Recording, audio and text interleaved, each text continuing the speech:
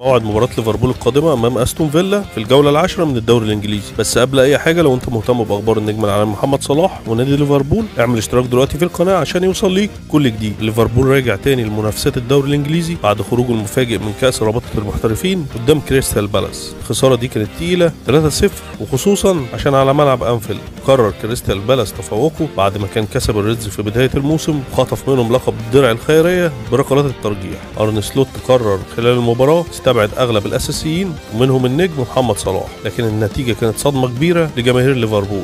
بالنسبة لنتائج الفريق في بطولة الدوري الإنجليزي، فالفريق دلوقتي في المركز السابع ب15 نقطة من 9 ماتشات، فاز في 5 مباريات وخسر في 4 مباريات، وبيعاني من تذبذب في الأداء وعايز يرجع للانتصارات قبل المواجهات النارية اللي جاية ضد ريال مدريد ومانشستر سيتي. أما الملك محمد صلاح فعلى أبواب إنجاز تاريخي جديد، وده بعد ما ساهم في 275 هدف مع ليفربول. صلاح دلوقتي على بعد مساهمة واحدة من تحطيم رقم واين روني اللي ساهم في 276 هدف مع مانشستر يونايتد، ولو عملها محمد صلاح هيبقى أكثر لاعب في تاريخ الدوري الإنجليزي مساهمة في الأهداف مع فريق واحد. أما عن موعد المباراة، فالمباراة ستقام يوم السبت 1 نوفمبر الساعة 9 مساء بتوقيت القاهرة.